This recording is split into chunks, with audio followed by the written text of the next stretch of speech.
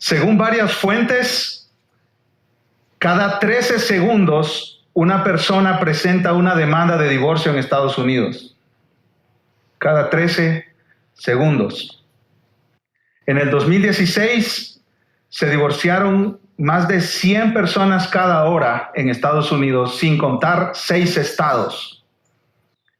100 personas cada hora durante todo un año. Eso es cerca de 1 millón de personas, 1 millón de matrimonios, rompiéndose en pedazos. El divorcio, mis amados hermanos y hermanas, es una realidad que nos toca a todos nosotros. Yo no estoy exagerando. De alguna manera tú estás conectado con alguien que se ha divorciado, incluso tal vez tus propios padres. O tal vez tú mismo te has divorciado. Tal vez tienes algún amigo cercano que se ha divorciado.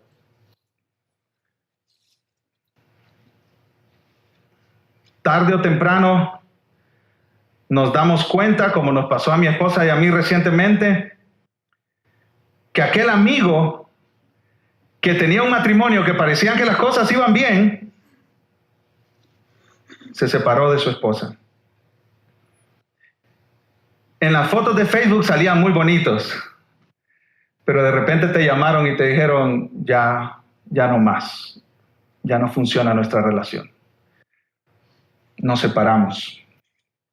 En las fotos de Instagram pueden poner otra realidad. Es muy fácil en esta edad de medios de comunicación social poner otra realidad que no es. Vivir otra realidad. Todo está bien en las fotos y de repente te das cuenta que se separaron. Nosotros necesitamos claridad acerca de este tema, del tema del divorcio. Es un tema muy sensible. ¿Y quién mejor para darnos claridad sobre este tema que Jesucristo mismo, mis hermanos? En su palabra. Aquí la tenemos enfrente de nosotros. Y a mí me alegra que nosotros seamos una iglesia comprometida con la predicación expositiva consecutiva. Porque si no estuviéramos comprometidos con tomar libros de la Biblia, no tocaríamos este tema, mis hermanos. Es que es muy difícil.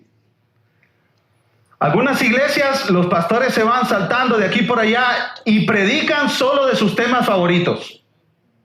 Tú vas ahí, después de 2 años se les acabaron los temas, porque ya predicaron de todos los temas favoritos, ¿verdad?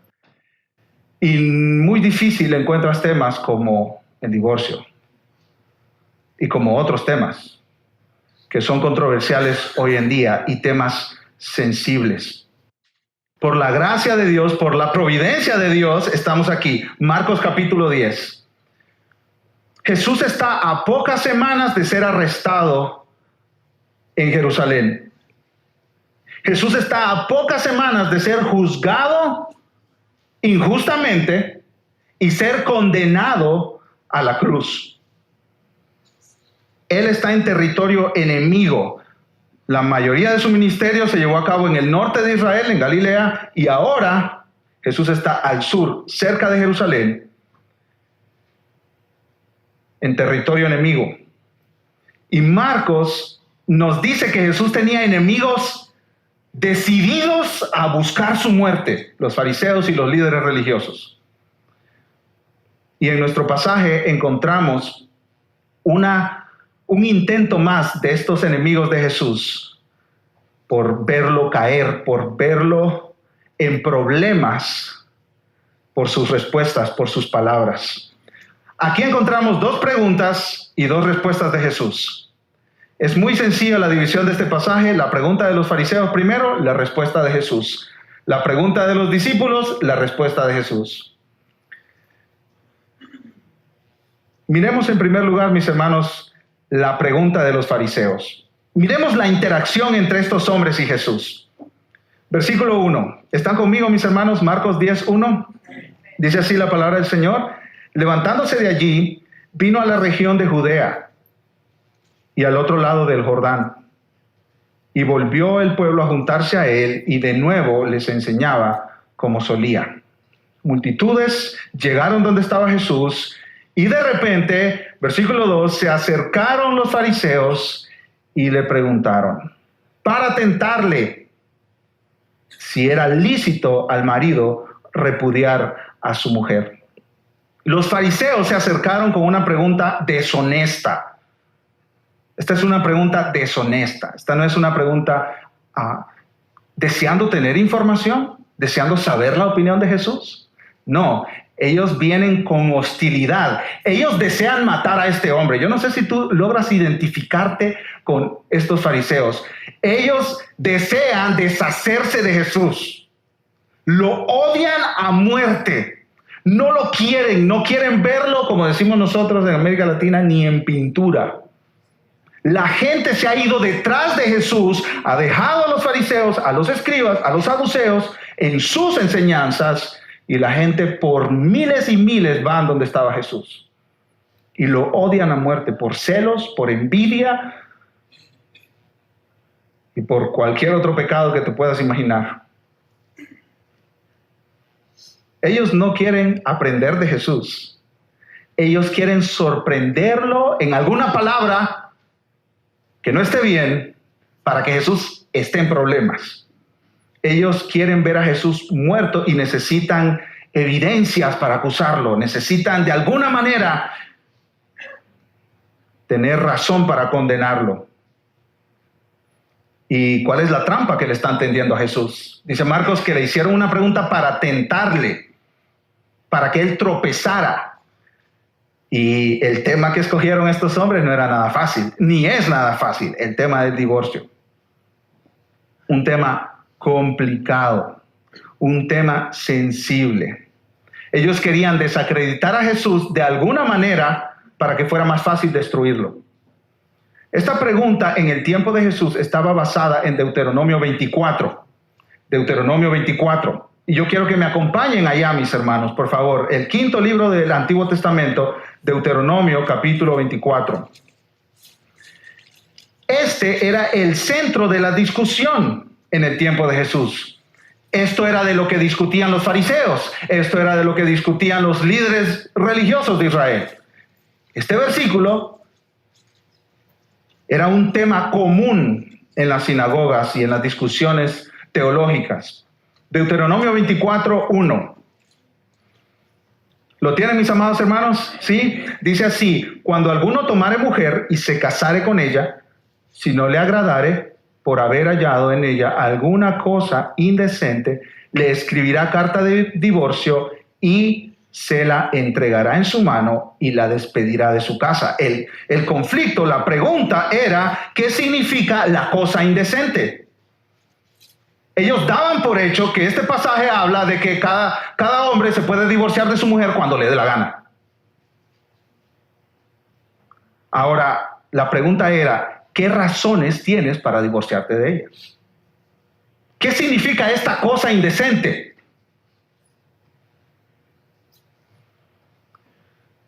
Habían dos lados, mis hermanos. Generalmente hablando, habían dos lados. Por un lado estaba un rabino llamado Shammai y sus seguidores que decían que un hombre no podía divorciarse de su esposa a menos que hubiera encontrado pecado sexual en ella, específicamente adulterio. Ellos decían: no te puedes divorciar a menos de que tu esposa haya cometido un pecado sexual. Por el otro lado estaban las personas como más, podríamos decir, liberales en su interpretación del texto. Un rabino llamado Hillel y sus seguidores, ellos decían que el hombre podía divorciarse de su esposa por cualquier razón. Y ellos ponen ejemplos en sus enseñanzas, y ahí están escritos en la historia. Si ella dejaba quemar la cena, tú te podías divorciar. Si tú encontrabas otra mujer que te agradara más, tú te podías divorciar. Hoy en día eso se llama no fault divorce, divorcio sin falta, ¿verdad? Tú te divorcias cuando quieras, por lo que quieras. Esa es la interpretación de la vida y del matrimonio hoy en día. ¿Sí? Si ya está habiendo muchos roces, cada quien toma sus cosas y se va por ahí. Ustedes escuchan de los artistas de Hollywood, ¿no es cierto?, que están casados 72 días y después se divorcian.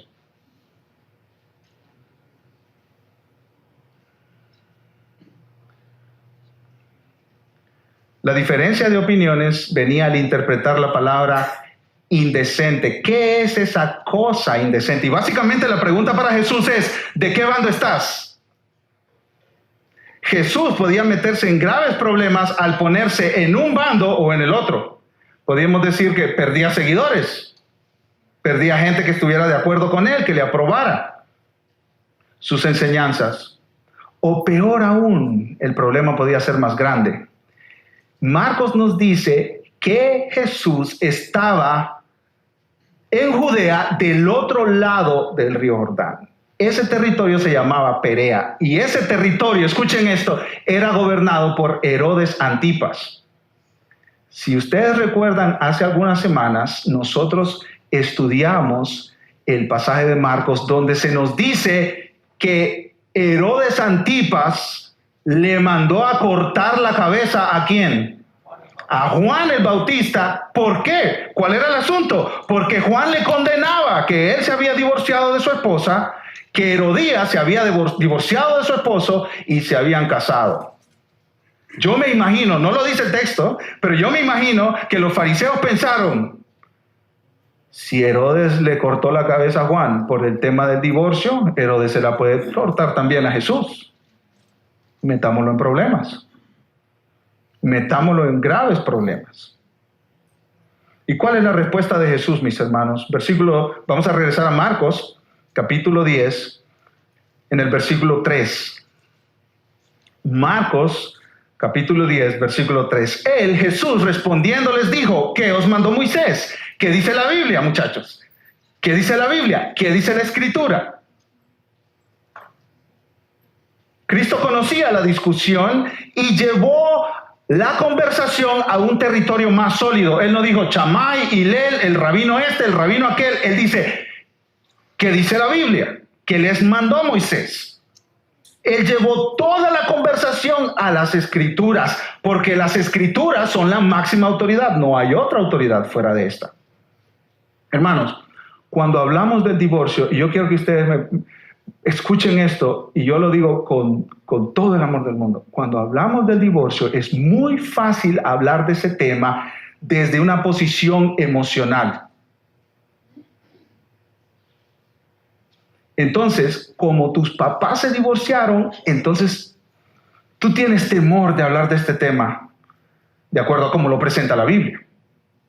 O porque tú te divorciaste, tú tienes temor de hablar de este tema como lo presenta la Biblia. La verdad, mis hermanos, es que todo tema, no importa cómo nos sintamos, tenemos que verlo a la luz de cómo lo presenta la palabra de Dios. Es nuestra autoridad máxima. Versículo 4. Los fariseos le dijeron, Moisés permitió dar carta de divorcio y repudiarla. Los fariseos respondieron de acuerdo a lo que se entendía en el tiempo de Jesús. Moisés permitió dar carta de divorcio. Un hombre sí se puede divorciar de su esposa.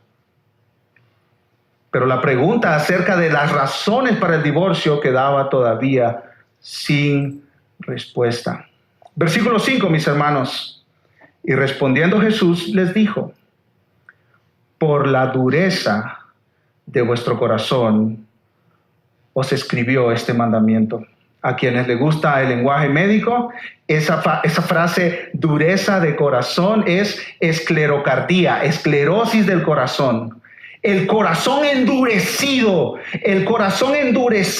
hacia Dios y hacia otros. Deuteronomio 24 les dice Jesús, no manda a alguien a divorciarse. Está regulando la realidad de que hay parejas que se separan. En el Antiguo Testamento, mis hermanos, un hombre podía dejar a su esposa, darle partida, que se fuera, despedirla de su casa. Después la esposa podía casarse con otro hombre y como no había pruebas de un divorcio, este hombre que la había despedido podía llegar otra vez y mandarla a buscar. Las mujeres no tenían ni un derecho, las mujeres no tenían ningún tipo de respeto. ¿Y qué es lo que hace Dios en Deuteronomio 24? Exalta a la mujer. Le dice a los hombres, si ustedes van a tener corazón endurecido y se van a despedir de sus esposas, las van a sacar de sus casas, se van a divorciar de ellas, tienen que darle un comprobante de que se divorciaron de ellas. Esto no es así nada más a lo que ustedes quieran.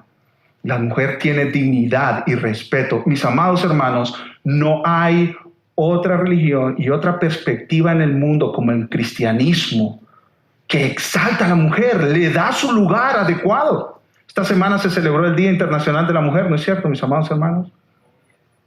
No hay en ninguna parte del mundo alguien que dignifique tanto a la mujer como Cristo Jesús y el Evangelio. No lo hay. El Dios de la Biblia levantó a la mujer en sociedades donde la mujer era despreciada, era desechada, era tratada como un objeto que tú la podías descartar cuando te diera la gana. En Deuteronomio 24 Jesús dice, Dios no está mandando a divorciar.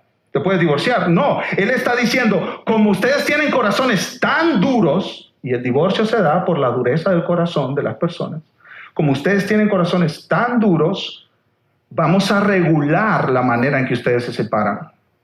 Esa nunca ha sido la voluntad de Dios. El propósito principal de Deuteronomio 24, versículos 1 al 4, no es decir a los hombres, divórciense de su esposa cuando quieran. Más bien, Dios está protegiendo a la esposa del divorcio arbitrario. Esta no es una orden de divorciarse. Esta es una orden de proteger a la mujer. De proteger a la mujer. Los fariseos se habían agarrado de esta interpretación mala de Deuteronomio para divorciarse cuando quisieran. Y dice un comentarista, D.A. Carson, que en el tiempo de Jesús había una epidemia de divorcios entre los fariseos. Los líderes de la iglesia, del templo, de la religión, se estaban separando de sus esposas por cualquier razón. Era un escándalo, dice D.A. Carson, era un escándalo abierto entre algunos fariseos. Jesús les explica que el divorcio se da por la dureza del corazón. Hermanos, el divorcio nace de un corazón insensible hacia Dios y hacia los demás.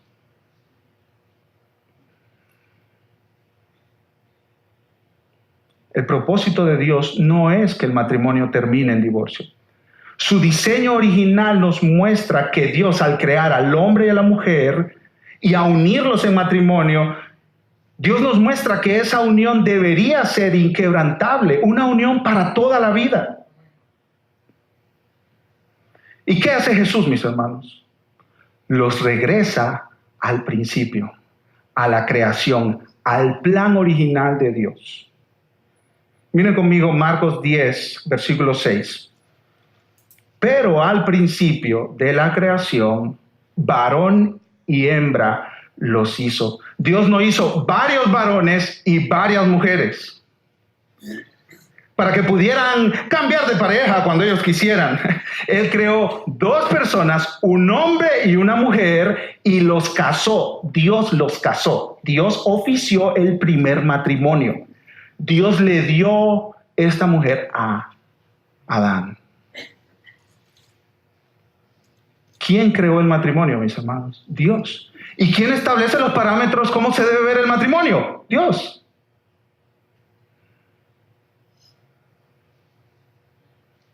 Un hombre y una mujer, ese es el diseño de Dios, unidos en matrimonio. No un hombre y un hombre. No una mujer y una mujer. No un trío. Ni 4, ni 5, ni 6.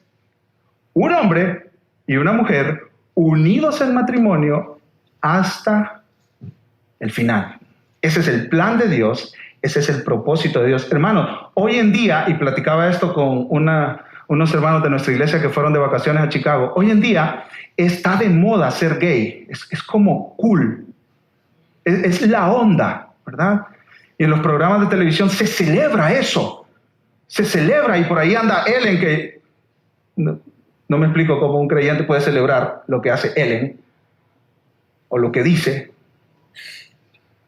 celebrando el lesbianismo y celebrando el homosexualismo y aplaudiéndole aplaudiéndole a un hombre, atleta olímpico, que dice que ahora se llama Caitlyn Jenner. Y se le aplaude y se le da premios. Hoy es cool, hoy es la onda ser gay. La moda.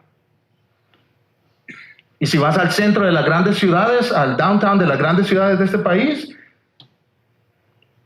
ellos son los que se visten más bonito, más nice. Ellos son los que tienen las mejores ropas, los mejores carros. Y tienen acceso a un montón de privilegios porque es lo cool. Y tal vez tú no eres homosexual ni gay, pero es cool ser open-minded. Y abre tu mente. Eso es el siglo XXI. ¿Cómo te vas a quedar allá atrasado en estas ideas anticuadas de un hombre y una mujer? ¿Quién dijo eso? Ahora es LGBTQ y le ponen un más porque quién sabe cuántas más diferentes tipos de géneros se inventen por ahí. Tienes que aceptar, te dicen hoy, las relaciones no tradicionales. Hermanos, no importa lo que esté de moda o lo que sea cool. Dios dice que es un hombre y una mujer hasta el final, punto. Se acabó la discusión. Dios es nuestro creador y Él sabe qué es lo mejor para nosotros. La vida homosexual destruye a la persona. La vida homosexual destruye a la persona. Destruye a la mujer y al hombre que siguen en ese camino. La persona que obedece a sus deseos y sigue por ese camino está actuando para la destrucción de su alma. Lo mejor es someterse al plan de Dios y a la palabra de Dios. Y decir, no importa lo que esté de moda. Yo creo en lo que dice Dios en su palabra. Y Jesús añade, mis hermanos, en el versículo 7, el matrimonio es entre un hombre y una mujer. Dios los creó así, el uno para el otro. Versículo 7, por esto dejará el hombre a su padre y a su madre y se unirá a su mujer. Cuando dice dejará al padre y a su madre es desvincularse del padre y de la madre. Ya no está bajo su cobertura. Nosotros los hispanos tenemos una mala costumbre, es decir, donde caben dos, caben tres, y donde caben tres, caben cuatro. Así que, hijo, usted cásese y mire, traiga a la muchacha para acá. Aquí vivimos todos juntos. ¿Y qué dice Dios? No. Decimos popularmente en América Latina, ¿no es cierto? El que se casa, casa quiere. Así que, mijo, ¿se casó? Pues vaya a buscarse una casa, ¿verdad? Para vivir usted por allá, porque es desvincularse. Desvincularse del padre y de la madre. Dejará el hombre a su padre y a su madre y se unirá a su mujer. Se unirá. Cuando el hombre se une a su esposa, se está como si fuera usando una imagen, se está como pegando a su esposa con un pegamento fuertísimo. Imagínate que tomas 2 páginas de papel y le pongas pegamento de ese superglue inquebrantable. O imagínate 2 trozos de madera y que le pongas de ese pegamento gorila, que ese pegamento tú no lo despegas con nada del mundo. Esto es la idea, la imagen que nos da Cristo Jesús del matrimonio. Cuando un hombre se casa, se está pegando como con un pegamento fuertísimo a su esposa. Y cuando tú tratas de separar esas 2 páginas de papel, cuando tú tratas de separar esos 2 pedazos de madera, algo se rompe, algo se quiebra. El diseño de Dios es para que ese pegamento siga ahí hasta que la muerte separe a una esposa de su esposa. Yo escucho, mis hermanos, que a veces de hermanos en Cristo salen tan fácil las palabras divorcio de su boca. Salen tan fácil. Es como una decisión de ¿en qué restaurante comemos? ¿En este o en aquel? Como que ahí está por la presión cultural que cuando quieras tú te vas. Como lo hacen tantas personas, como lo hacen tus amigos, como lo hicieron tus primos, tus tíos tal vez, tus abuelos. Mis amados hermanos, el plan original de Dios es que el hombre se una a su esposa y viva con ella hasta que la muerte los separe. Y los dos, versículo 8, serán una sola carne. Así que no son ya más dos, sino uno. Divorciarse es como arrancar a una persona. ¿Cómo se mira eso? Es una imagen demasiado sangrienta, hermanos. Tú tienes a una persona y la quieres partir en dos, eso es demasiado sangriento. Y dice Jesús, eso es lo que hace el divorcio, porque cuando dos personas se unen en matrimonio son una sola carne. No hay otra relación en el mundo que sea como la relación de un esposo y una esposa. No hay. Y tal vez tú me dices, pero ¿y mis hijos, pastor? Tú nunca llegas a ser una carne con tus hijos. Jamás. Nunca. Un padre o una madre nunca llega a ser una sola carne con su hijo o con su hija. Por eso, mis hermanos, el matrimonio debe ser prioridad antes de cualquier otra relación.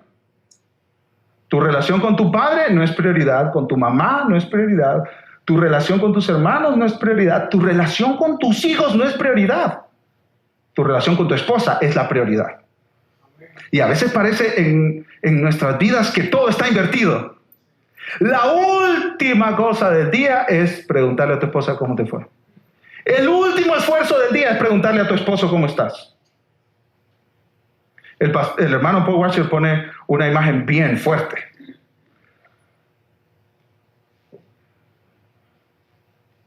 Y él dice, imagínense que un barco se está hundiendo, ahí vas tú y tu familia. Y tú eres el único que sabes nadar y solo puedes salvar a una persona. ¿A quién escogerías?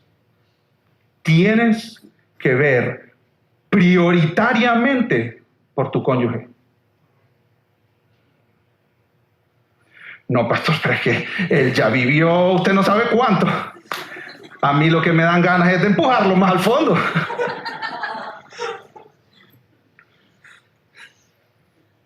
Agarro a mis niños y nado hasta la orilla. Hermanos, aquí encontramos una importante aplicación. Ninguna relación humana debe ser más importante para ti que tu relación con tu cónyuge si tú estás casado. Ni la relación con tus hijos es más importante. Y saben, un detalle para los padres que lo hemos aprendido mi esposa y yo a través de 8 años de casados que cumplimos en enero. Lo mejor para nuestros hijos es que Claudia sea mi prioridad y yo sea su prioridad. Eso es lo mejor para nuestros hijos. Porque les damos la idea y el concepto de estabilidad. Papá y mamá se aman, se cuidan uno al otro, no se critican en frente de los hijos uno al otro, no se acusan en frente de los hijos uno al otro, porque son un equipo, están unidos, van hombro a hombro, están juntos. Y el concepto que se les siembra a los niños en su mente es, papá y mamá están juntos, yo no puedo ir contra ellos. A veces los hijos saben con quién ir para sacar su conveniencia. Y esto no puede ser así, mis hermanos. Tú y tu cónyuge tienen que ser un equipo. Estamos juntos en esto. Si están en un desacuerdo, ustedes les dicen a sus hijos, aguántame aquí un segundo. Aguántame aquí un día. No te puedo responder eso ahora. Vamos a ir a platicar tu mamá y yo. Ustedes se ponen de acuerdo allá adentro en la recámara y después vienen con una decisión de equipo, de familia. Lo peor que tú puedes hacer por tus hijos es darles la idea y generarles a ellos la impresión que ellos son más importantes que tu cónyuge. Eso es lo peor que puedes hacer por tus hijos.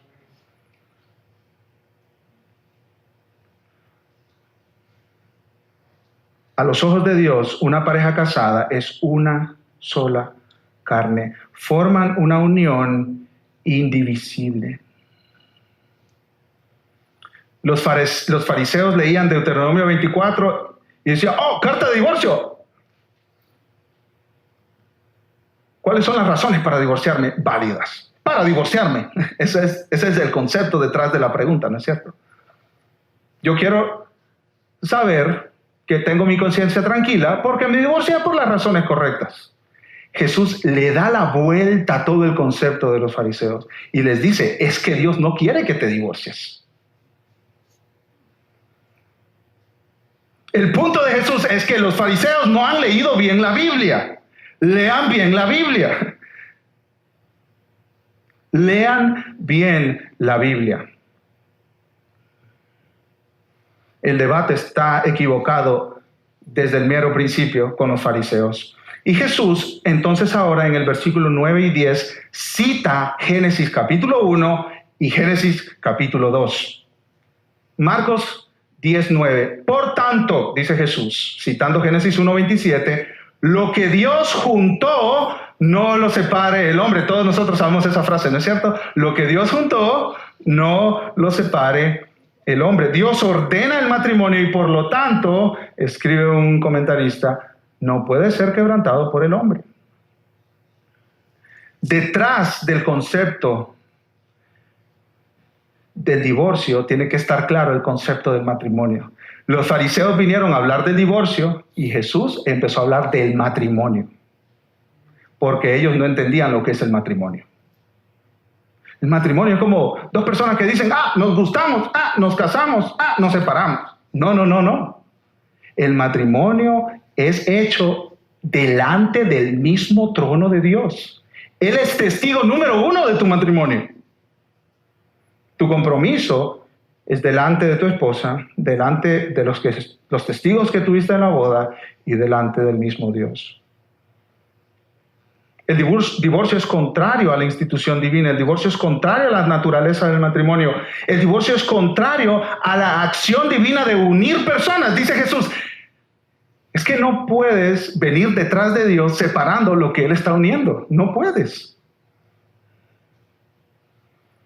En Malaquías 2:16 nosotros leemos, porque el Señor y Dios de Israel, el Señor de los ejércitos, esta es la introducción para la frase que sigue, claramente ha dicho que aborrece el divorcio y a quienes encubren su iniquidad.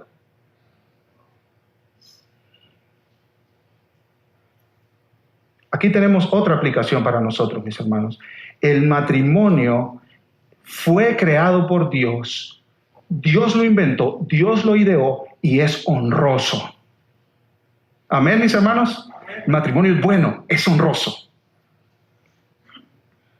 Esa insinuación de que el matrimonio es una tortura, hermano, quítala de tu vocabulario, quítala de tu mente.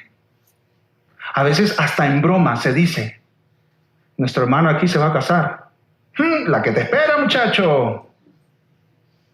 A lo que te estás metiendo. ¿Estás seguro de que quieres seguir por ahí? Bienvenido al club de los oprimidos. Hermanos, yo nunca he entendido esas bromas. No honran a Cristo. Y hay personas que se jactan de hacerlas. Bienvenido al club de los oprimidos. ¿Es ese el concepto que Dios nos da del matrimonio en la palabra? No, mis hermanos. Hebreos capítulo 13, versículo 4. Honroso es en todos el matrimonio. Dios es glorificado cuando una pareja decide casarse, mis hermanos, y se unen en matrimonio. Tú no honras solamente a Cristo viniendo aquí a la iglesia y cantando y dando tus ofrendas. Tú honras a Cristo en tu matrimonio también. Tú das gloria a Dios cuando te casas. Cuando tú te casas, tú le estás diciendo a Dios, Dios, estoy de acuerdo con la institución que tú creaste. Y me gusta y es buena. ¿Qué concepto padres le dan a sus hijos del matrimonio? ¿Es un fastidio? Si supieras, está tu padre. Si supieras, está tu madre. Porque tus hijos van a aprender a valorar el matrimonio si tú lo valoras. Si tú no lo valoras, tus hijos van a crecer diciendo, ¿y para qué yo me voy a meter ahí? ¿Para qué yo me voy a meter ahí? Mira la amargura con la que vive mi mamá, mira la amargura con la que vive mi papá. No quieren ni llegar a la casa.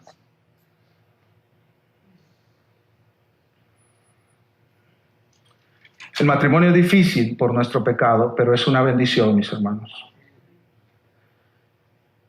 Tal vez tú tienes un concepto muy negativo del matrimonio por experiencias pasadas y eso es entendible. Tal vez tú viste a tus padres separándose, peleándose hasta los golpes. Tal vez fuiste testigo de divorcios dolorosos y tal vez los sufriste tú mismo. Pero recuerda ajustar tu perspectiva a la perspectiva de Dios. Recuerda ajustar tu historia a la historia de Dios. Recuerda ajustar tus conceptos a los conceptos de Dios. Como decía un puritano, si mis conceptos van contra los de Dios, yo tiro mis conceptos y acepto los de Dios. Incluyendo el concepto del matrimonio. Ponlo en alta estima. Sé una bendición para las parejas casadas de la iglesia.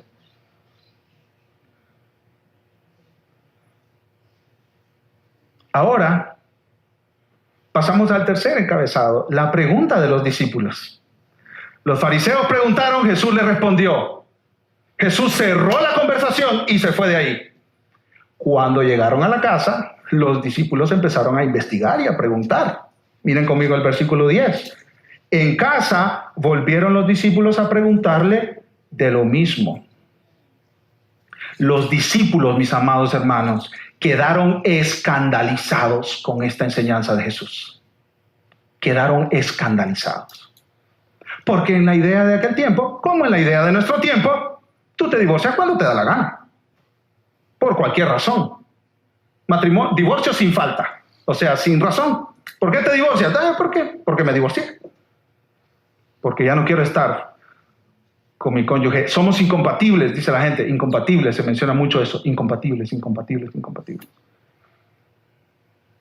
Los discípulos quedaron fríos, helados. ¿Cómo así que no nos podemos divorciar cuando se nos dé la gana? Si hubieran sido dominicanos, los discípulos hubieran dicho, ay, mi madre, yo ahí no me meto. Yo ahí no me meto.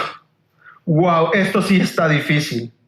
En Mateo 19, escuchen lo que dijeron los discípulos, porque en Mateo 19 está la conversación más amplia.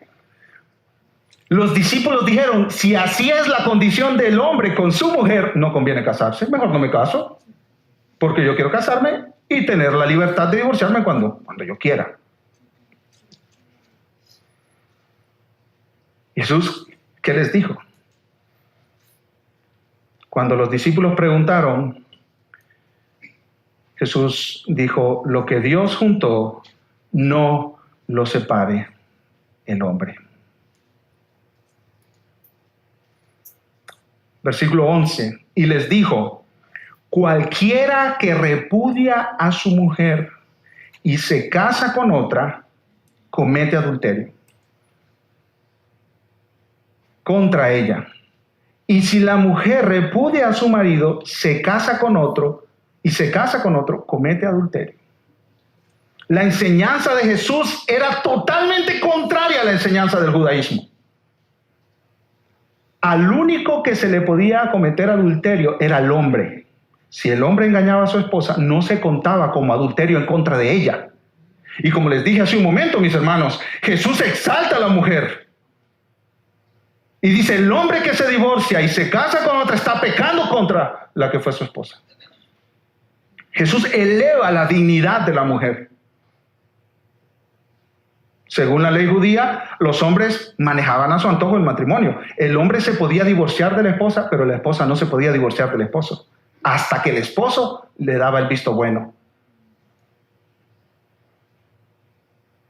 Jesús dice, el matrimonio después de un divorcio multiplica el adulterio, prolifera el adulterio.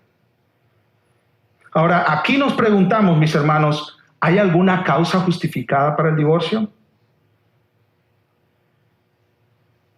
En Mateo 19, Jesús nos dice que una persona se puede divorciar si su cónyuge cometió un pecado sexual. Jesús dice, por causa de fornicación, un hombre se puede separar de su esposa, una esposa se puede separar de su esposo. No estás obligada u obligado a vivir con él o con ella. Jesús no dice, tienes que divorciarse. Jesús dice, puedes divorciarte. Después de que se agotaron todos los otros caminos de perdón, reconciliación y restauración. En 1 Corintios 7 hay otra cláusula del apóstol Pablo. El apóstol Pablo dice que si una persona que no es cristiana abandona a su cónyuge, ese cónyuge que es cristiano, honra a Cristo incluso con el divorcio, porque fue abandonado por su esposo o por su esposa no creyente. En este sermón, mis hermanos, no podemos tratar cada detalle, cada caso de divorcio. Y en mi corta experiencia como pastor, cada caso es totalmente diferente a otros. Hay preguntas que se tienen que contestar. ¿Fue antes de que conociste a Cristo? ¿Después de que conociste a Cristo? ¿Puede un hombre divorciado servir como pastor? ¿Puede un hombre divorciado servir como diácono? ¿Puede una mujer divorciada servir como diaconisa? Todas esas preguntas no las estamos contestando aquí. Este es un tema, como dije al principio, muy sensible y de muchas aristas, muy complejo. Pero lo que queda claro, mis hermanos, en este pasaje es que Dios tiene un concepto elevadísimo sobre el matrimonio y no aprueba el divorcio en la gran mayoría de los casos. En la gran mayoría de los casos. Un comentarista, mis hermanos, que habla sobre el duelo y el luto, opinó que el divorcio puede ser más traumático que la muerte. Escucha esto, el divorcio puede ser más traumático que la muerte. Él dice, la muerte termina con todo. Pero con el divorcio las consecuencias continúan sufriéndose por mucho tiempo. Por mucho tiempo. Tal vez tú has venido hoy y tú tienes divorcios en tu pasado. Y has escuchado estas palabras y no estás cómodo. Tal vez puedes salir por esas puertas lleno de culpa, con tu conciencia intranquila. ¡Wow! Yo me divorcié. Pequé contra Dios. En el pasaje de Marcos, mis hermanos, Jesús está respondiendo a unos enemigos de él que querían verle destruido y muerto. Pero yo quiero que vayamos a un pasaje donde Jesús trata directamente con una persona divorciada. ¿Qué le dice Jesús a una persona divorciada? Vamos a Juan capítulo 4, mis amados hermanos. Y ustedes, la mayoría, conoce esta historia. La mujer samaritana. ¿Qué te dice Jesús a ti que has atravesado un divorcio?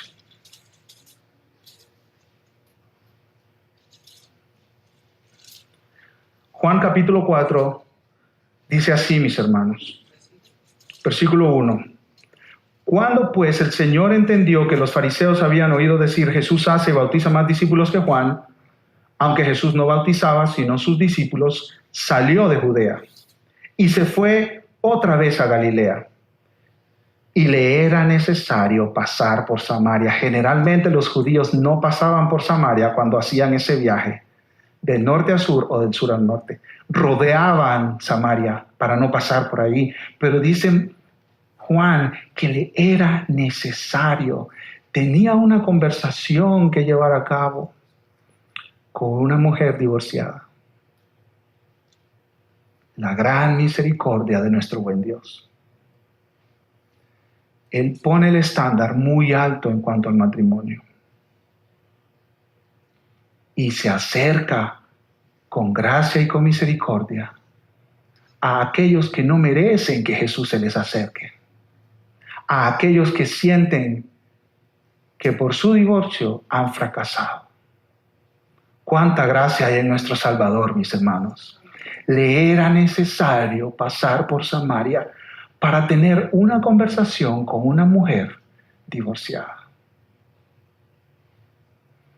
Vino pues, versículo 5, a una ciudad de Samaria llamada Sicar, junto a la heredad que Jacob dio a su hijo José.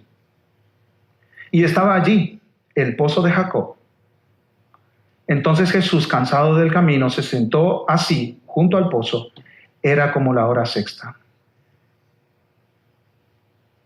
Esta era una hora donde las mujeres de buena reputación no iban a los pozos. ¿Quiénes iban a los pozos? A esta hora, cuando el sol estaba pegando más fuerte, cuando en ese ambiente desértico cargar un cántaro de agua era lo más difícil. ¿Quiénes iban al pozo a traer agua? Las mujeres de mala reputación.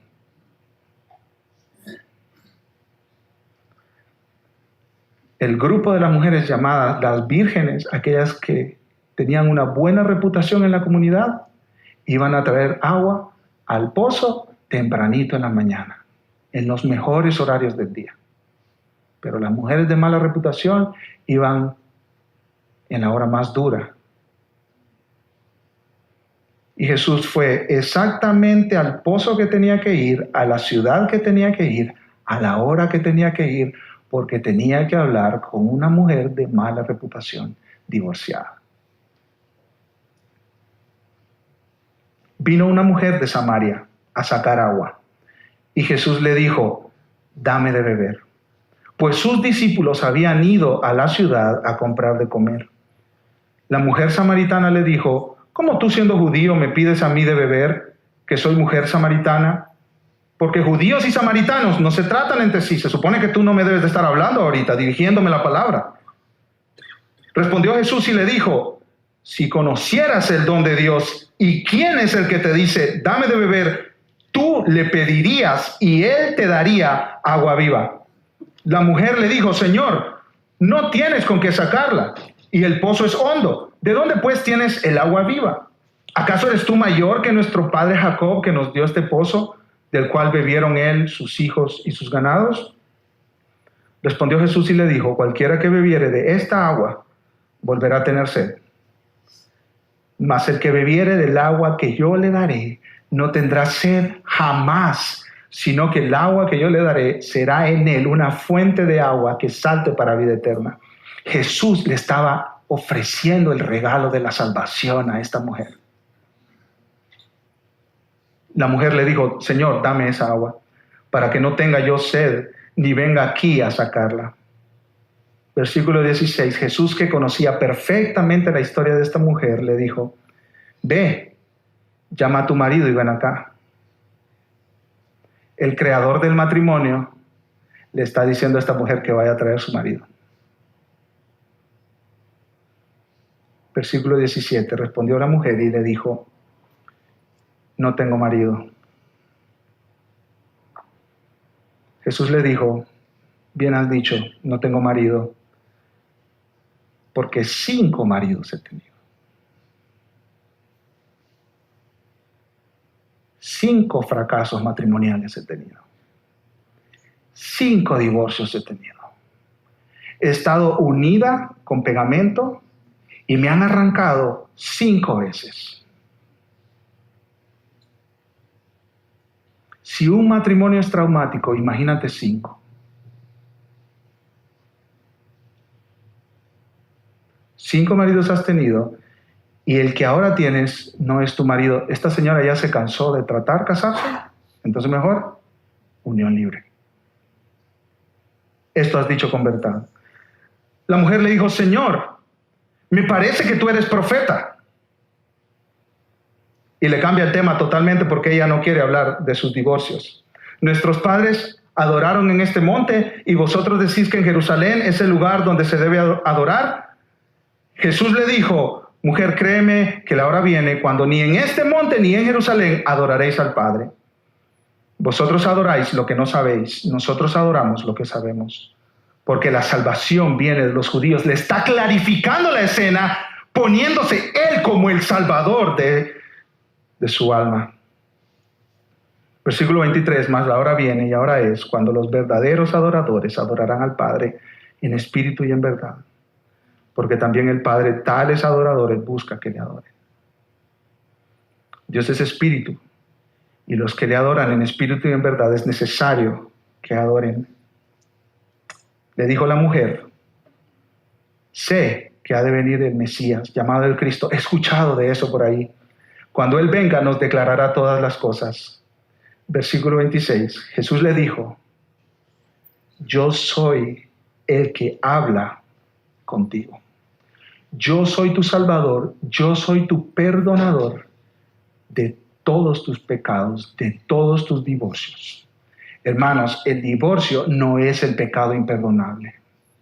Jesús en la cruz llevó todo pecado. Y estas son las buenas noticias del Evangelio, que cuando tú no llegas al estándar de Dios, Cristo sí llegó.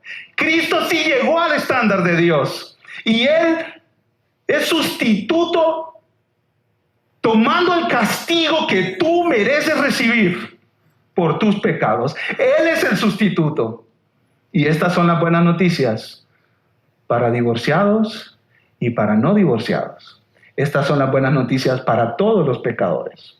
Cuando tú no llegas al estándar de Dios, Cristo te dice: yo soy el que sí llegó y llevé tu pecado en la cruz, y si tú crees en mí y me sigues a mí, tú tienes vida eterna. ¿No son buenas noticias eso, mi hermano, mi hermana? Esas son las mejores noticias que hay. Porque aunque tú no te hayas divorciado, no has llegado al estándar de Dios. Para todos hay perdón, para todos hay gracia, para todos hay salvación. Vamos a orar. Padre, gracias, Señor, porque en tu palabra tú nos enseñas con toda claridad, Dios, la verdad acerca del matrimonio y la verdad acerca del divorcio. Gracias porque cuando hablamos de estos temas podemos también correr a Cristo, correr a la cruz y encontrar perdón total y absoluto en Él. Señor, te queremos suplicar que tú confortes corazones con el Evangelio, que son las mejores noticias que jamás podremos escuchar. Nosotros somos pecadores que merecemos la condenación eterna, pero Cristo Jesús fue a la cruz para pagar el pecado de todos aquellos que creen en Él. Gracias, Señor, porque el divorcio no es el pecado imperdonable. Lo que sí es imperdonable es que alguien rechace a Cristo. Si hay aquí alguien que está rechazando a Cristo, Señor, te pedimos que tú le muestres que Cristo es valioso más que cualquier cosa y que vale la pena seguirlo. Si tú estás aquí hoy, tú has venido y tú te das cuenta de que tus pecados te condenan, de que tú no has llegado al estándar de Dios, de que tú no has llegado a lo que Dios pide de ti. Tú te has dado cuenta hoy de que en tu vida hay pecado, de que en tu vida hay maldad. Yo te ruego que tú corras a Cristo hoy, que tú vengas a Cristo hoy, porque en Él hay perdón. En Él hay perdón total y completo del divorcio o de cualquier otro pecado que pueda venir a tu mente. Tú puedes decirle a Dios en una oración: Dios, yo reconozco que no he llegado al estándar que tú pides de mí. No soy perfecto. Tengo pecado en mí y eso me condena. Dile al Señor: pero hoy yo recibo a Jesús, el que vivió una vida perfecta y me regala la salvación. por su obra en la cruz. Recibo este regalo de la salvación por fe y en arrepentimiento de mi pecado. Si tú entiendes que Dios ha estado tocando tu corazón hoy, yo te quiero pedir que tú te acerques conmigo o con cualquier cristiano que pueda ayudarte y guiarte en el caminar con Cristo. Padre, como cantábamos hace un momento, celebramos hoy tu amor y tu gracia que no tiene límite, Señor. Gracias por darnos total libertad, cantábamos hace un momento. Gracias por todo pecado borrar. Te damos gracias, Señor. Qué inmerecedores somos de tu gracia. Pero qué bueno eres tú, Señor. Y hoy nos alegramos en tu bondad, en tu gracia y en tu perdón. Te adoramos, Señor, en el nombre de Cristo Jesús. Amén.